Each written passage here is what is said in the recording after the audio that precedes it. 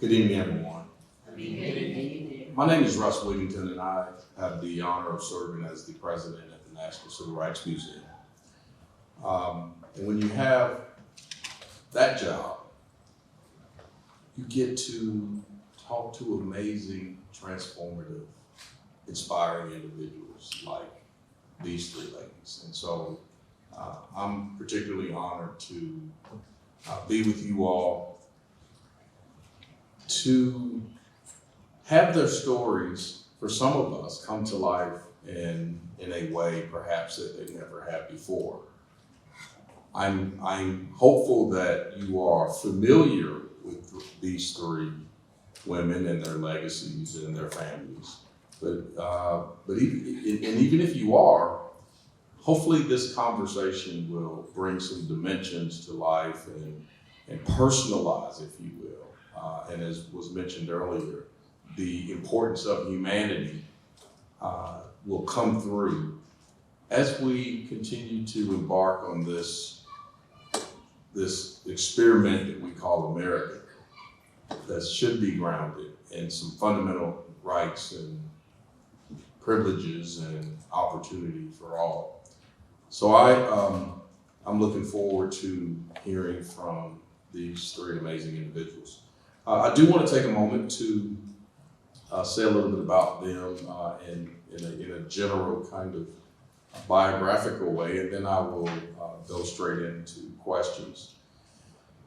To my immediate left is Elizabeth Eckford, who was one of the Little Rock Nine, a group of students who in 1957 were the first African-American students to attend classes at the previously all-white Little Rock Central High School in Little Rock, Arkansas. Among her many honors, Ms. Eckford has been the recipient of the Spring Art Medal by the National Association for the Advancement of Colored People, as well as the Congressional Gold Medal by President Bill Clinton, the nation's highest civilian award.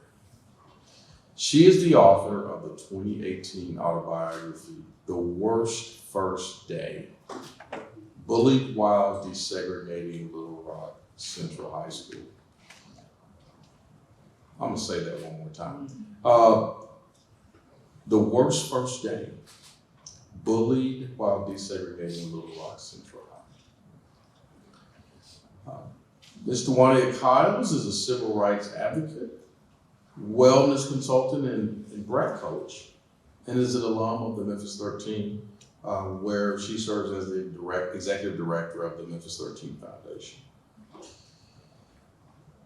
This group, the Memphis 13, was dubbed the smallest pioneers of the civil rights movement. When, as 5- and 6-year-old children, they desegregated Memphis City schools in 1961. Ms. Kyles is the eldest daughter of pioneer civil rights activists, the late Gwendolyn Kyles and Reverend Samuel Billy Kyles. The subject of the 2009 Oscar and 2010 Emmy-nominated documentary, The Witness, From the Balcony of Room 306. That documentary gives voice to her father's memories. On April 4, 1968, Reverend Kyles was the only other person on the balcony with Dr. King when he was fatally shot.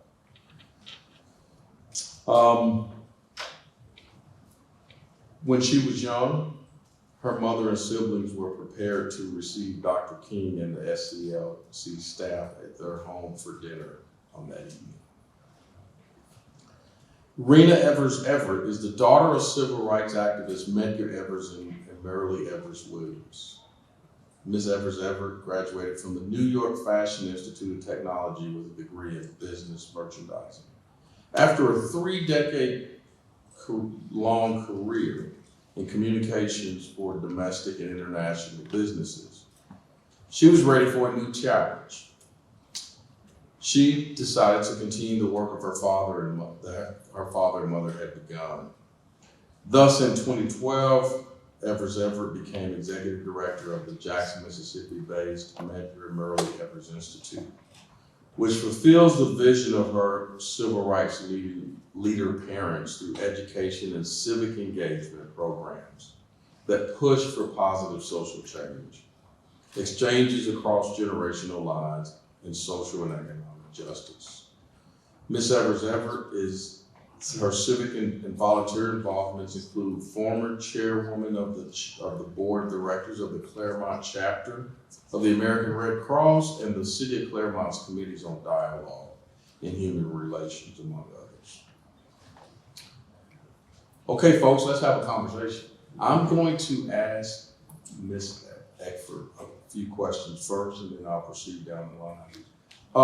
So on September the 4th, 1957, the way the story tends to go, Ms. Eckford approached Central High School alone. It's often said that the events transpired as they did because the meeting point for the Little Rock Nine had changed the night before, and Miss Daisy Bates, couldn't reach Miss Eckford's family by phone because they did not have a phone. As part of the story and work we do at the museum, and perhaps for others, we want to make sure that that account is accurate. It's not. I had a feeling it wasn't. But that serves a purpose, right? Because narratives and things get passed on, and the non-facts become facts. Would you take a few minutes and share an accurate portrayal so everybody listen closely so those inaccuracies that you may have in your head can get clarified?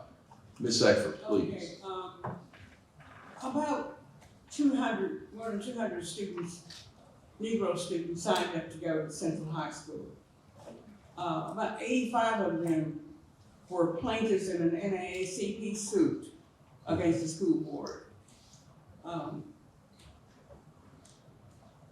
While we were at our segregated senior high school and junior high school, Dwania and Horace Mann, we were told that Central would be desegregated the following fall, and those who were interested were urged to sign a list. I knew that it would be much more than signing a list. In my mother's absence, I described her as the queen of no.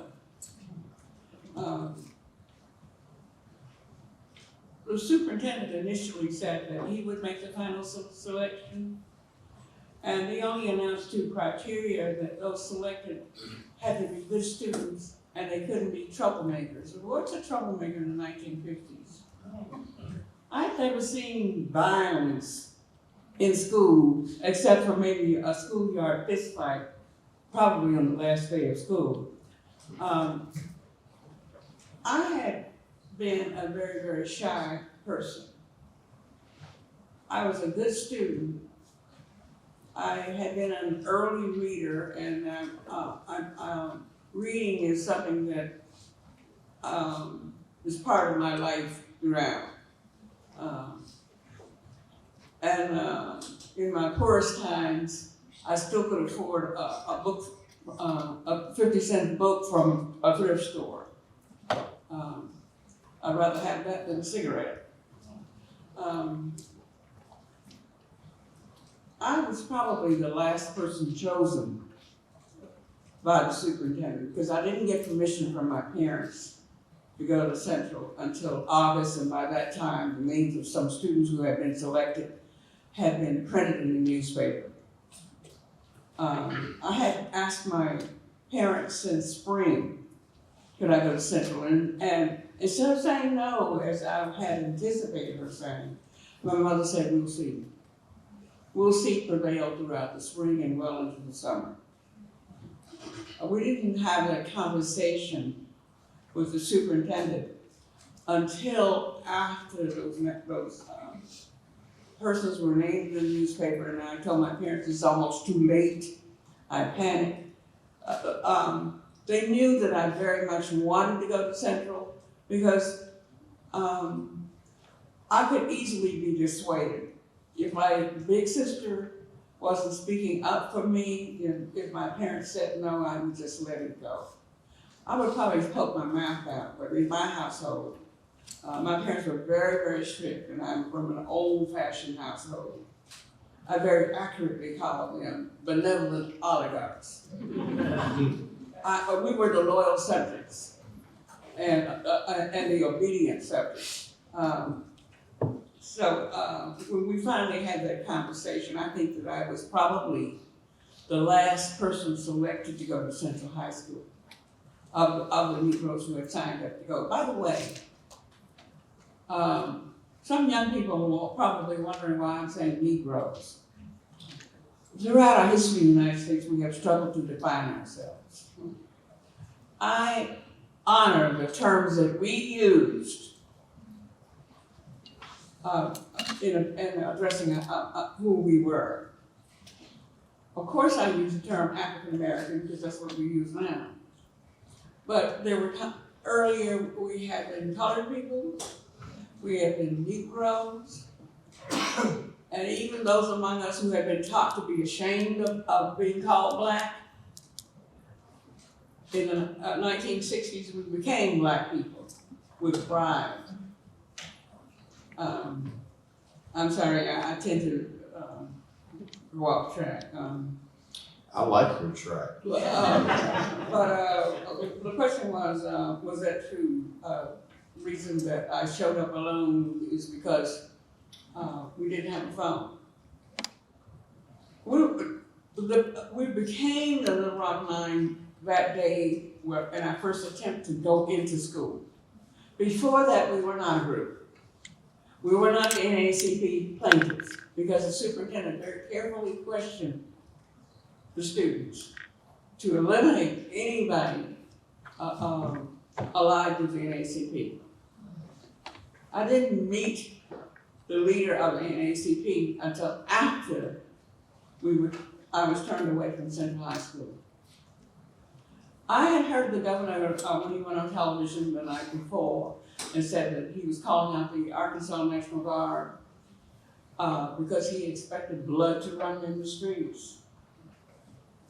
But I thought that the soldiers were there to protect all students. That's why I made 3 attempts to cross their lines when I saw them open up ranks to admit white students to the school grounds. I didn't understand that they were there to keep me out of school until after I made the 3rd attempt, and I was turned away and directed to go across the street where those angry demonstrators were. And as I stepped out into the street, those people surged and were immediately behind me. And in front of me, there were reporters and photographers walking backwards and asking me questions. Central High School's grounds, that area was very familiar to me. I had to pass there, going to my grandfather's store, pass through that area, going downtown to go shopping, pass that area going to Dunbar for junior high school, and later Horace Mann for senior high school. See, Central High had been built in 1927 at a cost of $1.5 million. A time of economic challenge for the United States. Part of that $1.5 million was supposed to be money to build a high school for us too. Dunbar was built for us in 1929, and the district did not have enough money to finish it. Dunbar is one of 5 brick and mortar schools built by Julius Rosenwald of the Sears Company executive, who had built schoolhouses for Negro children throughout the South, majority of them wooden schoolhouses. Well, Dunbar is really, really significant. The Rosenwald schools were built with local support, local initiative, but the funding came from the Sears Company executive. Dunbar was unique in that it offered to teenage boys, it offered auto mechanics, bricklaying, plumbing, printing, and to the girls it offered typing. You know, that's how females have been treated. But anyway, this was at a time when the skill training was not available to my people, not available from apprenticeship committees, not available from labor unions, not available from vocational schools. If a Negro man was not a college graduate and a teacher, a lawyer, or a doctor, what could he do? He could only get an unskilled labor, low-paid labor job. If he worked for a bricklaying contractor, he could only dig the ditches or mix the cement. He could only he might work up to being a bricklayer's helper. Even my people could not have jobs in department stores. They could be clerks. These are low-paying jobs, but they were not available to my people. So that I had grown up in a house a half a block from Dunbar. When I was a preschooler, I had seen soldiers still in their khaki uniforms going to Dunbar so that they could get a high school education, going to night school for a high school education. My mother had run away from home in the country and came to Little Rock in order to get a high school education. Because in many parts of Arkansas, for both blacks and whites, there was no education available in farm communities past the 8th grade. So at Dunbar, there are generations of people who came to Little Rock as teenagers in order to get an education. Education has always had a tremendous impact in my family's history. I knew that my parents could not afford to send me and my sister, who was close in age, both of us to college. Both my parents worked 2 jobs to take care of 6 kids, pay the mortgage, and pay the car note. So I knew that they couldn't send me to college. My grandfather always said, Elizabeth, when you go to college? Elizabeth, you're going to do such and such in college. He told me that was going to happen. So I grew up believing that I ought to and I would go to college. But in order to do that, I needed to have scholarships. I needed to have the best education possible so that I could earn those scholarships. That's why I wanted to go to Central. That's why this shy kid stepped out of my usual role. I don't know if you're shy anymore. No. Thank you for that. I'm going to circle back to you and follow up a little bit more on some other dimensions that you raised there shortly. Ms. Evers-Everette, will you share with us the work of the Medgar Murray Evers Institute and why it's so important that that work continue? First of all, I'd like to say good evening. Good evening. And I love the grounding, so thank you very much, and the historical input. And I'm just honored to be here with my friends. And I'm honored to see all of you. Because not just our organization, the Medgar Murray Evers Institute, but all the organizations here are about one thing. That's about humanity. That's about making sure that humanity is right on all fronts, and that our Constitution is in line with all of the people in these United States. But to really get to your point, which is the point I just made, but the Medgar Murray Institute actually started out in 1998 by my mother, Mrs. Murray Evers. And I say Mrs. Murray Evers. Her legal name is Mrs. Murray Evers Williams. But times, as she says, when it's referring to her love of her life, Medgar Evers, she's Mrs. Murray. Evers. And I won't go into the part about my stepfather not stepfather, he's my papa, who just loved and adored and respected my father. So my father's always been there. So I digress a little bit. But my mother started this organization so that my father's actions, his purpose, his mission in life would not be in vain and would not be forgotten. It is not about June 12, 1963, that he was shot in the back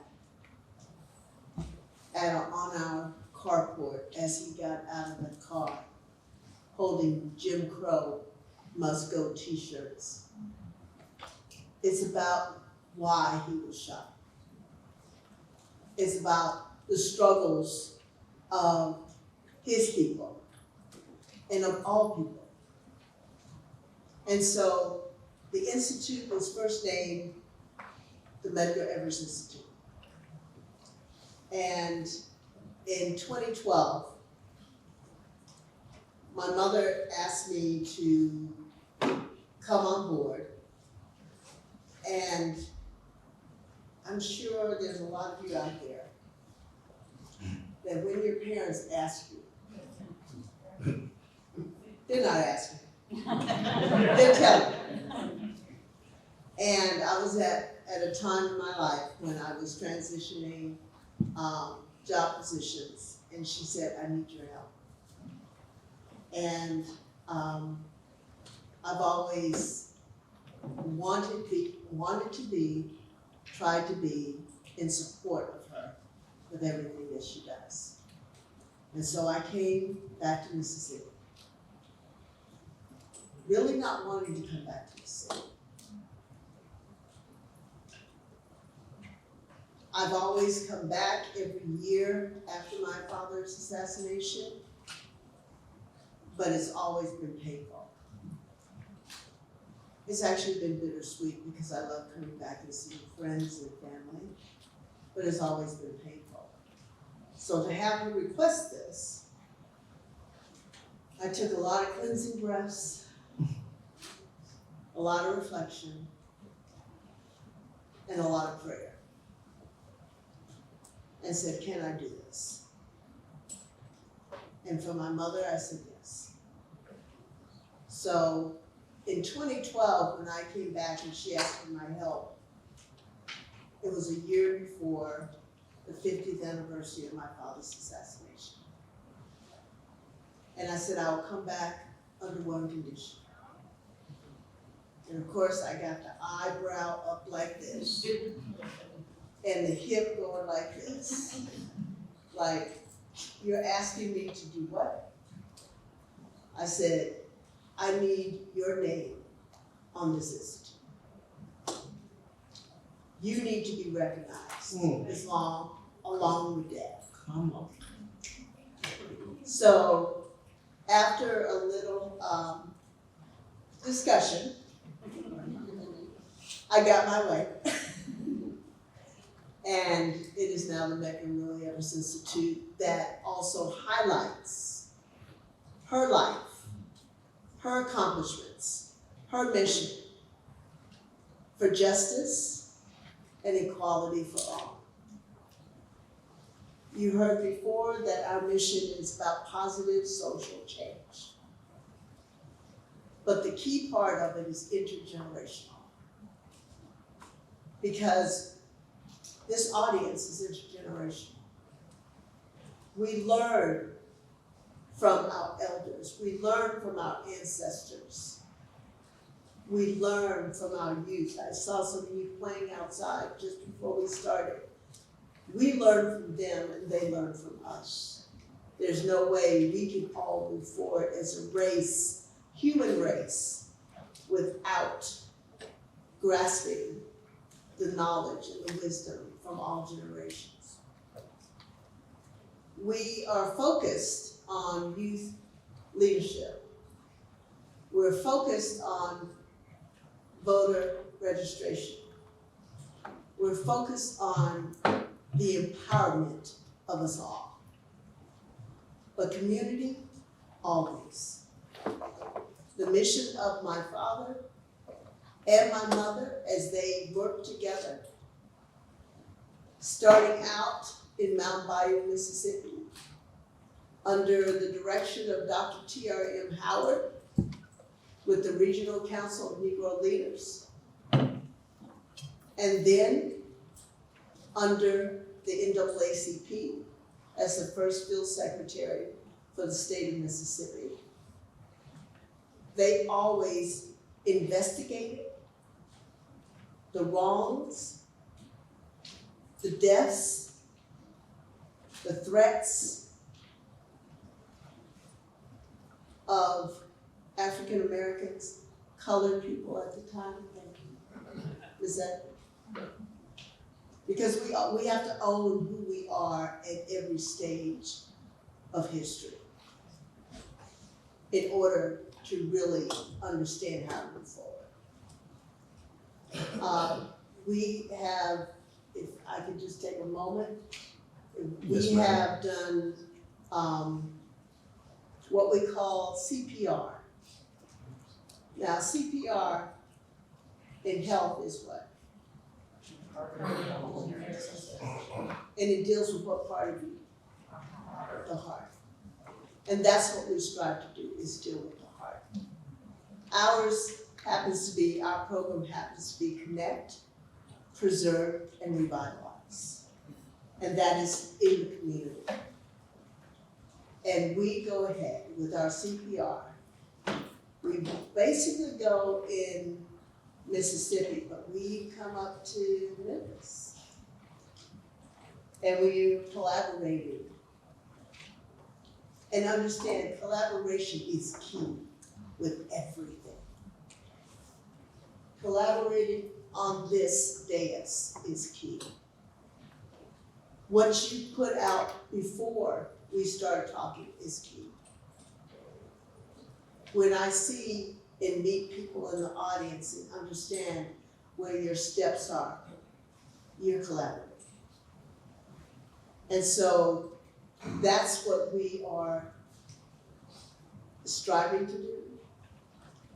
That's what we're purposeful for, is to make sure that collaboration does not see color. Collaboration does not see dollar signs. Even though we need dollar signs, it does not see your level of economic status. It is to understand what we need to do for equal rights for all. And to understand our civic rights, because civic rights aren't necessarily taught anymore in school. History is trying to be erased in education. Understanding of basic terms of leadership and collaboration, and understanding just the human heart is trying to be erased. So we come back and try to put it back into the grain of America. Thank you so much.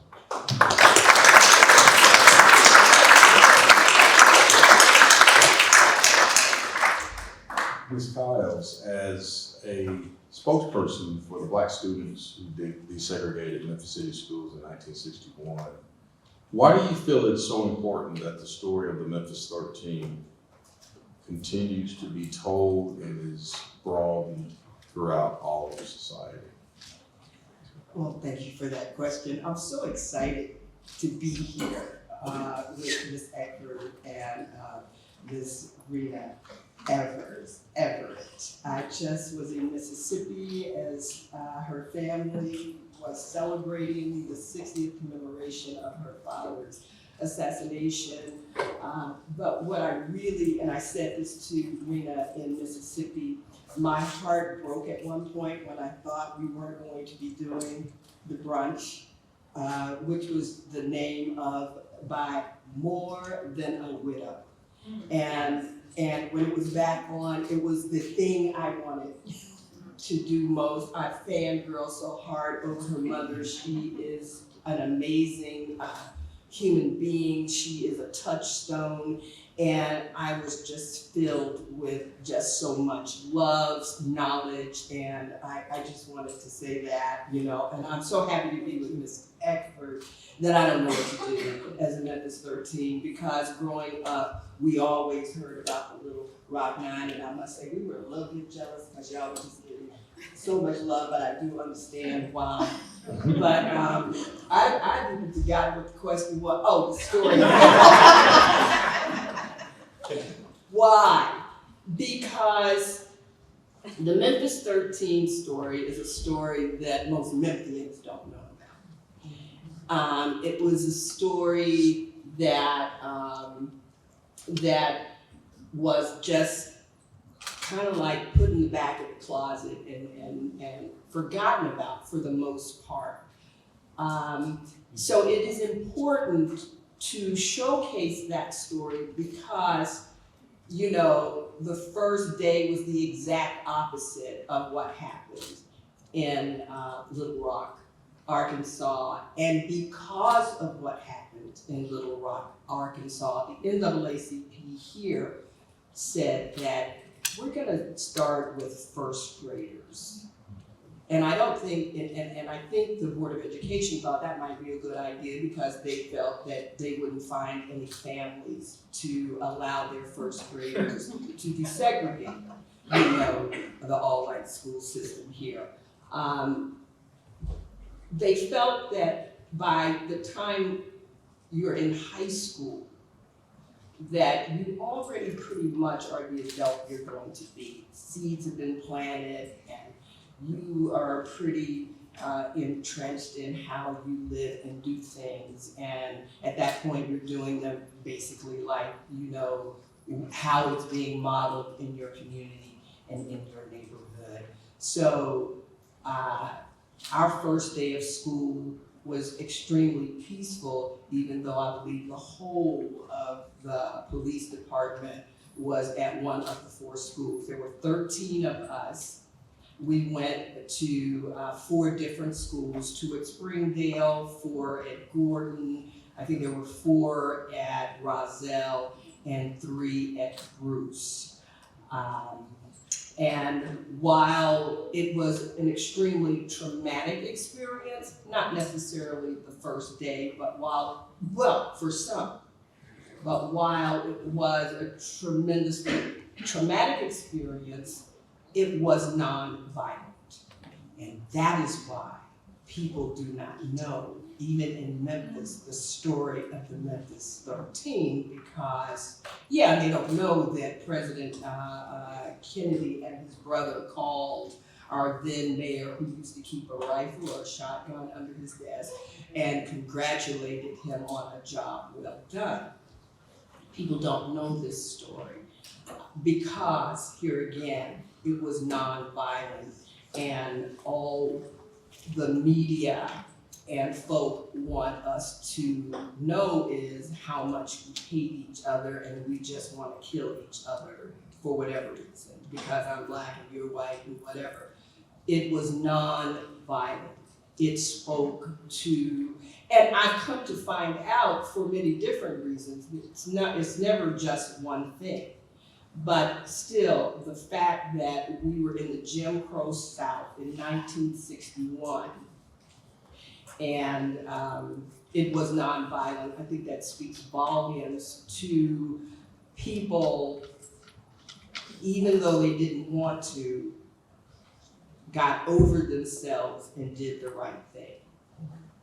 And that is huge. So to tell the story and to continue to tell the story allows us to participate in what Reena was just talking about, because my whole conversation and everything that I do has to do with healing.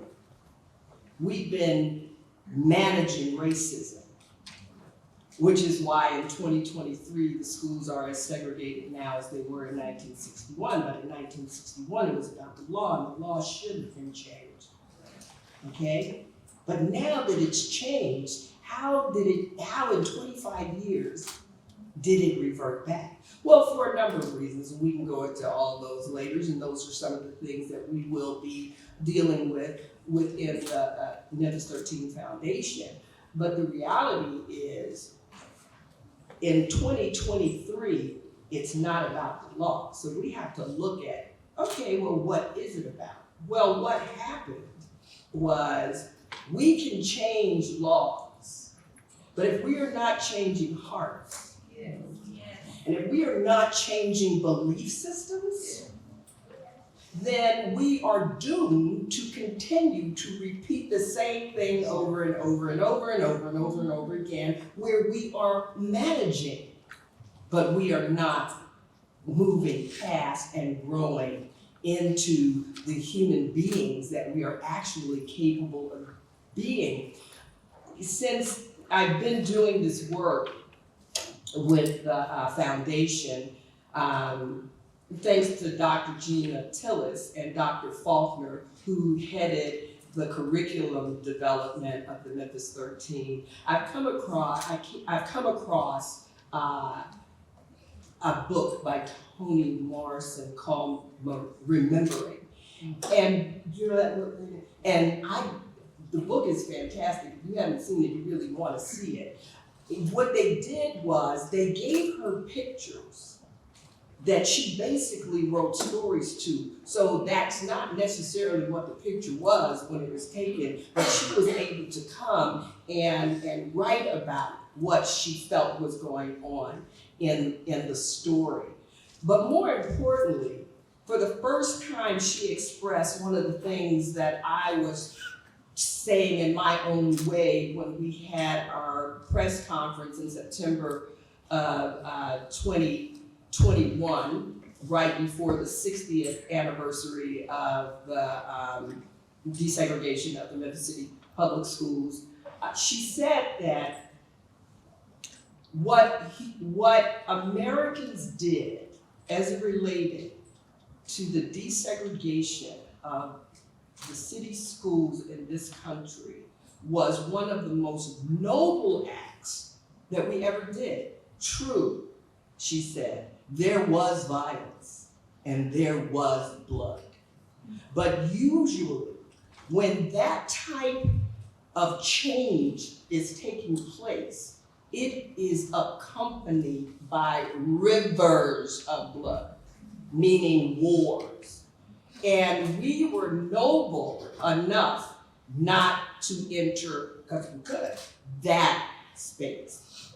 So telling the Memphis 13 story allows us to not only preserve the legacy of what small children can do, did do, and will continue to do as we move forward, but what it also does is it allows us to really put this story in the context where everyone gets to tell their story, for whatever reason, because to be perfectly honest, the brain and the body does not know what is real and what is not. It will believe anything that we tell it, which is why the belief system is so important.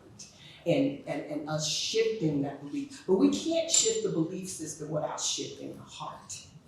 So that fact that we have the opportunity to actually move from racism management to helping to cure it, it's only going to happen by us having conversations like this, creating spaces where we are doing breath work, understanding what health and healing really is, because really, when a person is sick, they can't make a good decision. When you're feeling bad all the time, and what I do know in 2015, 2017, when I was working with the Harlem's Children's Zone, I came across some information that said, of all the psychotropic drugs sold in the world, America, which only has 300 million people, America consumes 50% of all the psychotropic drugs sold in the world. Psychotropic drugs, they change how you think and feel about something.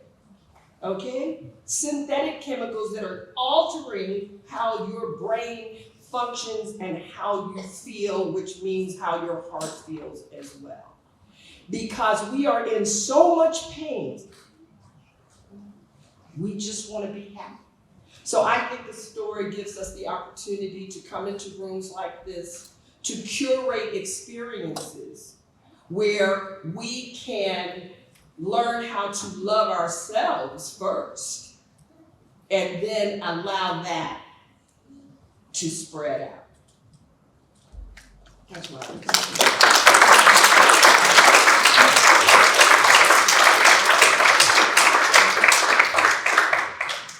So Ms. Eckford, one of the things you did with that first question was lay out this beautiful context for the conditions, if you will, from an educational standpoint, and perhaps even beyond that in Little Rock. And at the time, and you referenced this really strong, deep family commitment to education. Would love to hear you elaborate on that dynamic in your family. I do think it's fascinating because it's something that's terribly underappreciated in our country around the kind of commitment to education that colored people or Negroes or Black people, if you will, have had over time. So would you care to elaborate on the depth of that commitment? I'm from a working class household. My father worked for the railroad, but he had the lowest paying job of all the jobs among the railroad. So he had to have other jobs to take care of the family. And my mother started working outside the home when I was 12.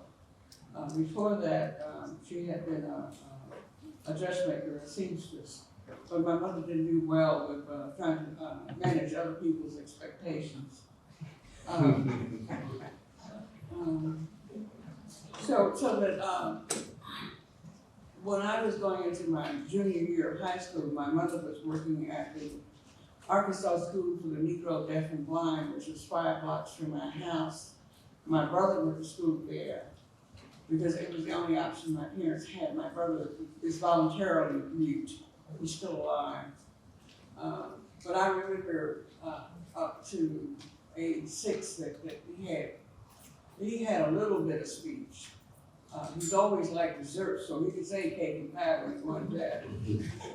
But he's been in nursing home for many years now, and the workers told me that they were drawing blood from the patients, and my brother was looking at them. They had never heard him talk in several years. And he said, "You need to leave Oscar alone." So he's quite capable of speech, but not inclined to speak. So he went there until he was about 18 years old, and they told my parents he couldn't continue to go to school there. He learned some signs, but he didn't learn the finger spell. It's decades later that I recognized that he's also autistic. So that may be some explanation for the lack of speech, the voluntary mutism. Tell me again what your question was. The depth of the commitment to education that you referenced toward the end of your first question I asked you.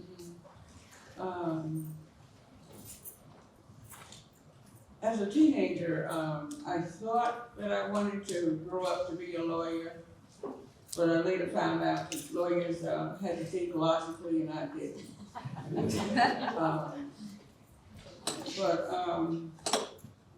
My mother always liked to tell children's stories. Later, when she was working at a local private Black college, she took through college courses. She took Kitty Lit, which is called juvenile literature, just because she liked to tell children's stories. Really. I remember my mother talking about what her life was like when she moved to Little Rock.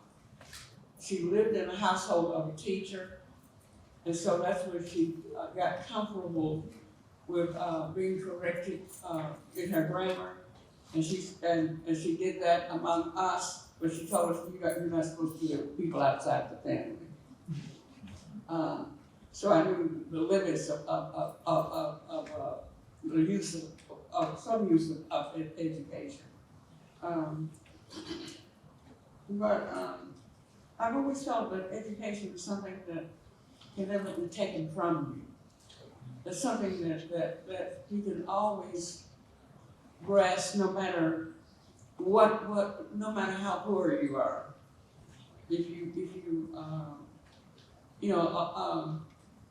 There are a lot of uneducated people. It doesn't mean that they're stupid. I'm a former. I've had ordinary jobs. I've had an ordinary life outside of Little Rock. My high school background has not been known among people where I have lived other places. So I've had a very ordinary life, and I've had ordinary jobs too. But the last job I had was as a probation officer, and that was an eye-opener. That was an education in and of itself, because it provided me some insight to worlds that I was not aware of. So it's all kinds of education that I've been privileged to have. It was the fact that my parents impressed upon us that we were partly responsible for the kinds of opportunities that we would have in the future. As one thing I say to young people, I ask them, how many of you don't do as well in school as you can? And then I tell them that that education is not for their parents, it's not for their teachers. When you invest in your own education, you're creating opportunities for yourself. And I tell them, quite frankly, if you don't do that, you're just going to be passed by. That sounds harsh, but it's true. It's true. I have to say, it's your reference to ordinary, as you described it, is inaccurate and wrong. And I'm fascinated by the fact that, as I think I heard you say, people don't know your story, haven't known your story. Well, among the nine of us, there's one who refuses to speak about the past entirely. He has a son who's a history professor at the University of Chicago. And among the others, they didn't talk about what it was like inside school for 30 years. Yeah.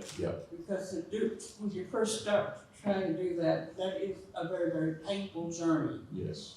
And I didn't talk about what was my school experiences for 40 years. I have post-traumatic stress disorder. And when I decided that I wanted to do something about it and found a therapist who knew how to do exposure therapy. You have to walk through that pain in order to get through it. There's no cure. Mm-hmm. But with therapy, it's likely we get better. Like I said, you're not ordinary. Thank you for that. Thank you.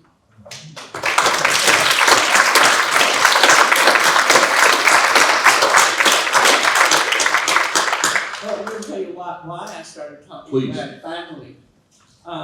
It was the 40th anniversary is coming up. And I was approached by two very powerful people who wanted me to cooperate in their plans for our 40th anniversary.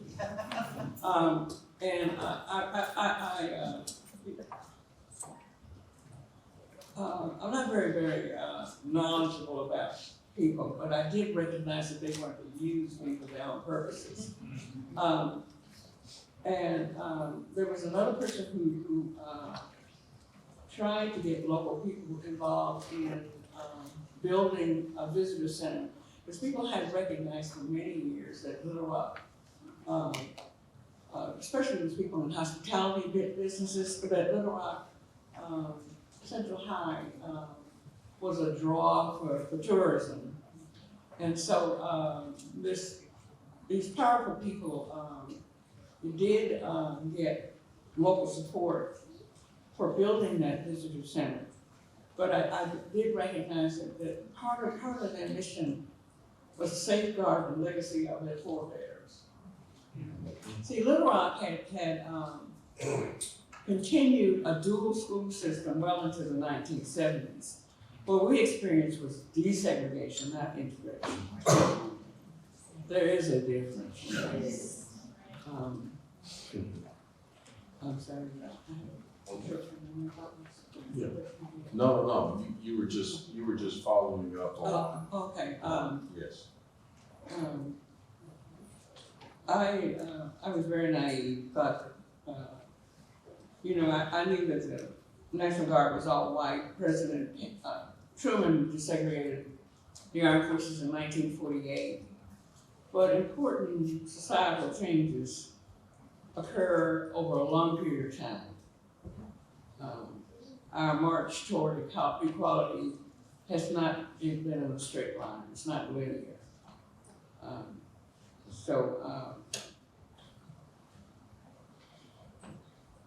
When the soldiers turned me away and I had to pass by these angry demonstrators who were now threatening me,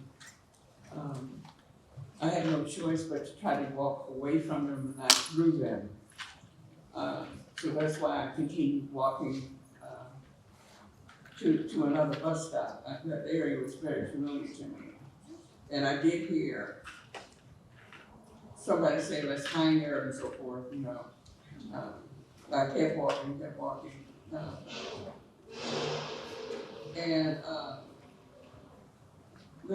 were a lot of photographers there, but only two got the picture that's still around now. One was a stringer for United Press, and one was a new photographer, a new photojournalism graduate of IU. That picture made his career. When I met him, and 40 years later, he had journalism students who had been literally had come from Timbuktu for his retirement. He had all kinds of photographers, news photographers, all kinds, just every kind of photographer that he had taught. When he was retiring, he started new projects because he also had cancer, and with each new cancer, there was a new project. And so he was revisiting the story that had really made his career.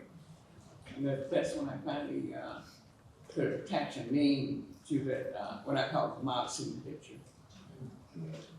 And I also met, that year I also met the woman who described herself as the poster child for hate, a girl whose mouth was twisted in hatred. I met her in 1997. And we spent 2 years together speaking to students who came to Little Rock. But I discovered that she said she had amnesia about the past. She thought if we took another picture, it would replace the one that she was haunted by. Didn't happen. Thank you so much. Thank you so much. Thank you so much.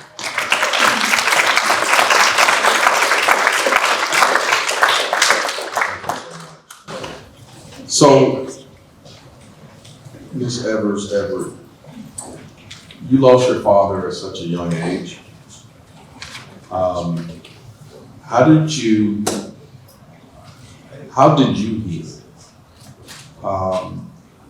And how did you move past anger or resentment about your father's assassination in the way, or how did you do that, and the way that you've been able to create this institute in this space of possibilities in the way that you talked about in your first question, or in your first response to the first question? I'm still healing. As Ms. Eckford said, as my friend Dwania said, it doesn't stop. The scenes of my father's laying in his own blood on our carport plays over and over again. It doesn't ever stop. During this time, since yesterday was the actual anniversary of his assassination and his death, it comes more and more. I actually told several people here, you're gonna need help. So I'm just being true. Life gives us challenges, life gives us pain. And you can let the pain take you and take you down. And sometimes you don't know that it's taking you down when you're almost at rock bottom.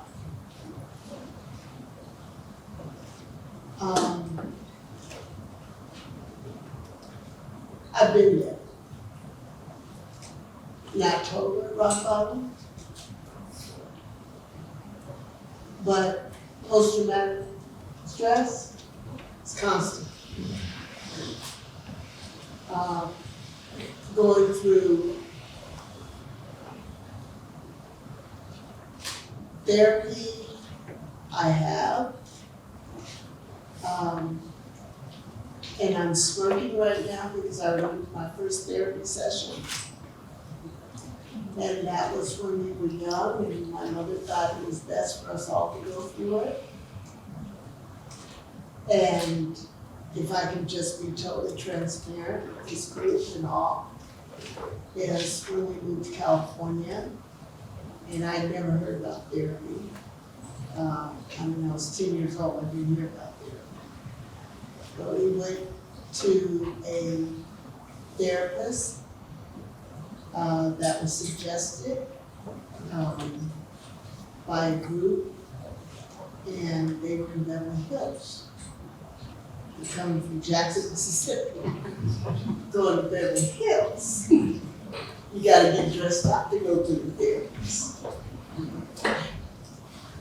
And it was a white therapist. And I didn't know, I didn't really care what color skin. But what I did recognize at the time, that the questions that I was being asked, and the manner I was being asked, was not being helpful to me. So after 3 sessions, family sessions, individual sessions, collectively 3, the therapist told my mother that I was fine. Because I learned how to go ahead and give them what they need. Because I did not believe that they could help me, and I would move on. At 10 years old, I don't know how I did that, but I did. But I also recognize that the strength that has been surrounding our family and all of us in various ways has always been spiritual.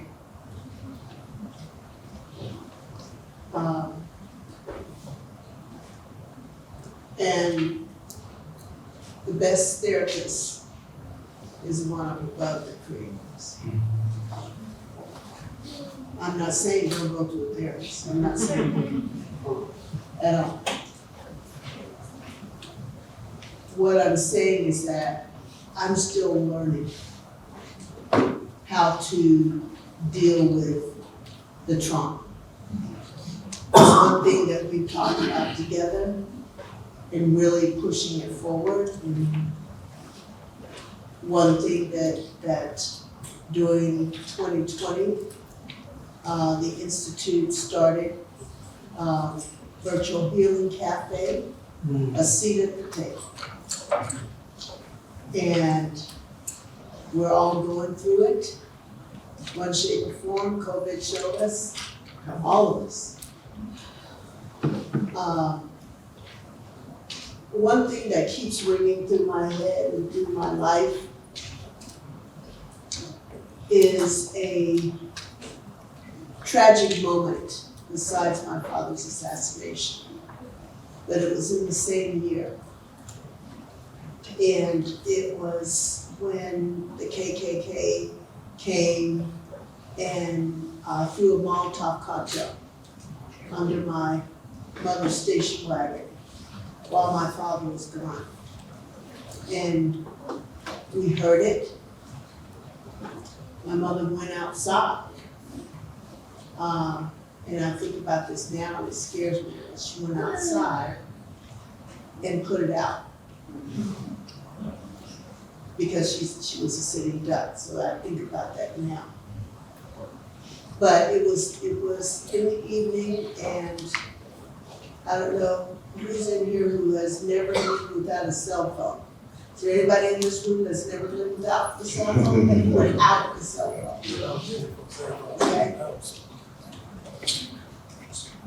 They didn't have cell phones at that time. My father was up in the Delta, up in Mount Bayou, almost 2.5 hours away, right? But they got word. Remember the phone tree? They got word to him. And he came home. And I remember my mother calling the police, and it took them so long to get there.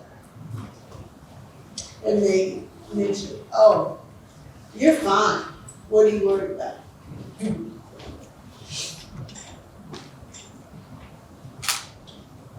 When my father came in, as he regularly did, when he was coming off of trips, I didn't know this till later, but my mom said he would always stand over our bed, my brother's beds, and just look at us for long periods of time. Just look at us. Kisses on our forehead. Well, that night, or that early morning, he did that, and I felt his presence, and I turned over to him. And he bent down and he kissed me. And I looked up at him and I said, Daddy, Daddy, all white people hate us. And he took a moment.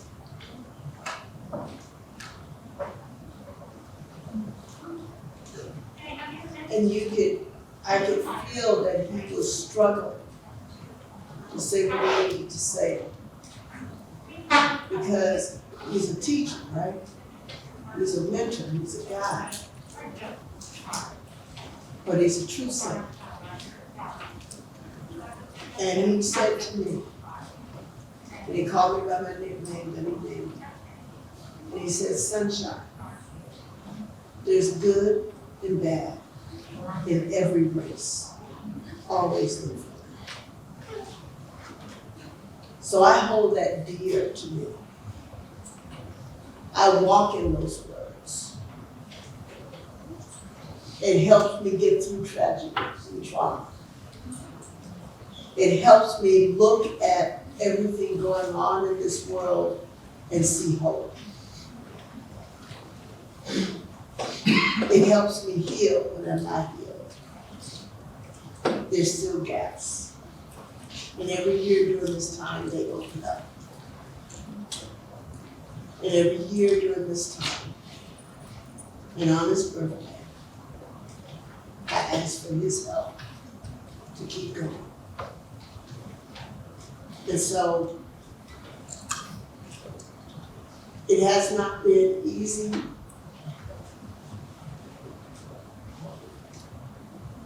And life is easy. But it's worth it to try to heal and move. Thank you.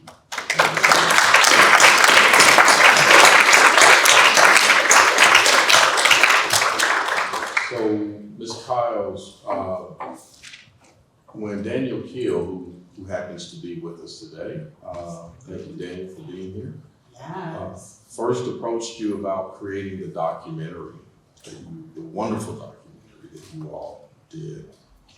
Were you concerned about the process and what it might mean for you in reflection and thinking through your experience? And how was that process? Were there, could you speak to what that process was like for you and the impact that it had on you in working with Daniel for the Memphis 13 documentary? Absolutely, absolutely. And Daniel is here today. He's co-founder. We co-founded the Memphis 13 Foundation together. So in, what was it, Daniel, 2010-ish, at the end of 2010 or so, I think he started reaching out to Memphis 13. And I just ran into John, I don't know John's last name, tonight, who said, I interviewed you 27 years ago. And that probably was my first interview. Maybe unlike the under 13, I was the only one that went from 1 through 12. So I was in that experimental, I was in the system from the 1st grade through the 12th grade. The only time I would ever hear the story was if it came out of my father's mouth. And once Martin King had been assassinated, for 10 years, my father just did not know what to do. What people don't know when that kind of trauma happens, even when it's not happening to you personally. My father had nightmares almost every day from the time I was 12 until the time I was about 17. My bedroom was right next door to my parents' bedroom. And especially in that first year, that first couple of years, you know, it was hard to wake up to hear your father just reliving it every night. And we didn't, you know, have a therapist or anything. The day after Martin's assassination, my mother, I did not know this until the 50th. My brother and my sister and I, we were doing a radio show, and Dwayne was like, you don't remember Mommy woke us up the next morning and said, we are never to talk about it. And we were that family that talked about everything. Family meeting, I would get so tired of family meetings. Oh my God, family meetings and this and family meetings. We did not talk about that, which I found very strange. So having seen my father go through that trauma, by the time Daniel called me, and how, you know, and how nobody ever said it to me, but I know that it took him 10 years to figure out what am I gonna do with this. So Daddy would tell that story. He started telling the story, but he had to tell that story because it was cathartic for him. You never get over that, but you have to tell the story. So by the time I got the call, and I never would listen. My father had been doing that speech for I don't know how many years, at least 10, 15 years before I was 30 something when I finally went to hear my father do it. And I'll never forget, I drove down to DC. He was at the FBI building, which I thought was interesting. But anyway, he was at the FBI building, and I went down there, and he would talk about, because that happened in 61, and Martin's assassination happened in 68, and he would talk about it just enough. And the one time I went, I cannot tell you how many mothers came over to me in tears saying, I just don't know if I could have done that. I just don't know if I could have sent my baby. I just don't know if I could have done it. You know, so I know my parents struggled with that guilt. And I think Dad even says it in the film at some point, Daniel, is it right?